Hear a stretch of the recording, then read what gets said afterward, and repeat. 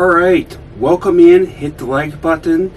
If you're new here, thank you for checking out my channel, but think about subscribing, it would help out a lot. Just a heads up, if you hear a noise, that is the fan that's going on. It is very humid up here on the second floor of my apartment building, so past 2 days, so it's going to be on, probably next time too. Who knows how the weather is in the Pacific Northwest.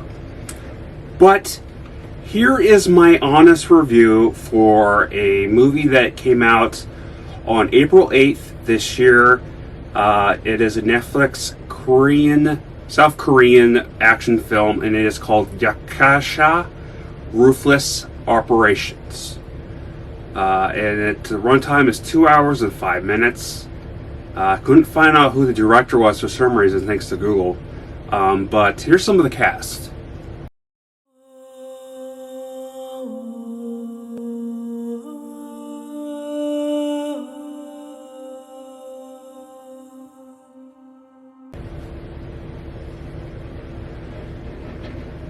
Alright, welcome back. Here's the plot.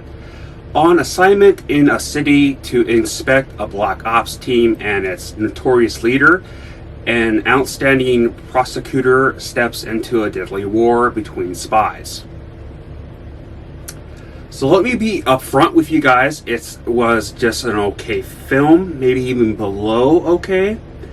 It had great camera quality to it, and the acting, from what I could tell, was good. But the beginning, opening two scenes and a couple of fight scenes was shot pretty bad. It was so over the place with the movements and camera angles. It was like the director couldn't decide on what style to go with until about 30 to 35 minutes into it. Really didn't care for any of the characters, especially the annoying goody two-shoes prosecutor. The whole film felt like barely any story arc from him, or any of it, especially him. The story felt stretched with clear fillers added. Honestly, couldn't figure out who was who, on which side they were. There was Korean, there was Japanese, there was again, there was Korean, so there was North and South, and then there was China, and I couldn't figure out, because of, I'm assuming mostly because the subtitles were going pretty fast for me to read. A little bit slow read if you figure out already, and it just I couldn't keep up. So I didn't know who side they were on, who they were playing for originally. You know, it's like, and who was who. I pretty much turned it off around 1 hour and 20 minutes and 5 seconds. Oddly specific, but that's what I looked on the timer on the bottom, because of how lost I was with the plot and the characters, to be completely honest with you guys. Here's my honest rating, and I'll give you my final thoughts.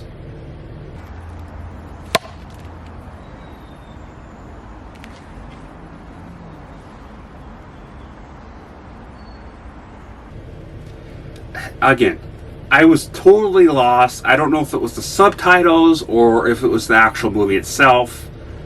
But am I the only one having problems following along? What I missed? Did you like the film? Let me know in the comments below. Maybe you can fill me in of what was going on, and maybe I can go back later. If you can fill me in enough to where I can actually finish the movie, maybe. I don't know. If I do, it won't be a review, a second review, obviously, but it's just kind of like really iffy of what was going on. They had some cool, realistic fire shot scenes, gunshots and stuff, sounds and looks. CGI in some spots and a lot of the spots that there was CGI, which there wasn't a whole lot, was a bit hokey.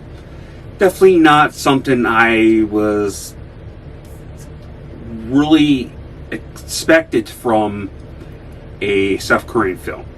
Definitely from what I've seen, TV show wise at least, I have really liked them compared to other stuff. Another country that I have can be a hit or miss, but it's really, when it's a hit, it's really a good hit.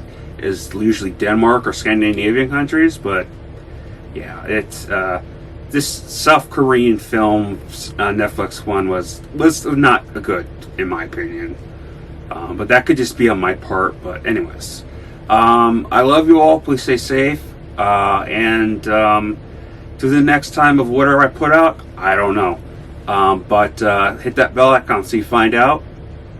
I love you all. Skål.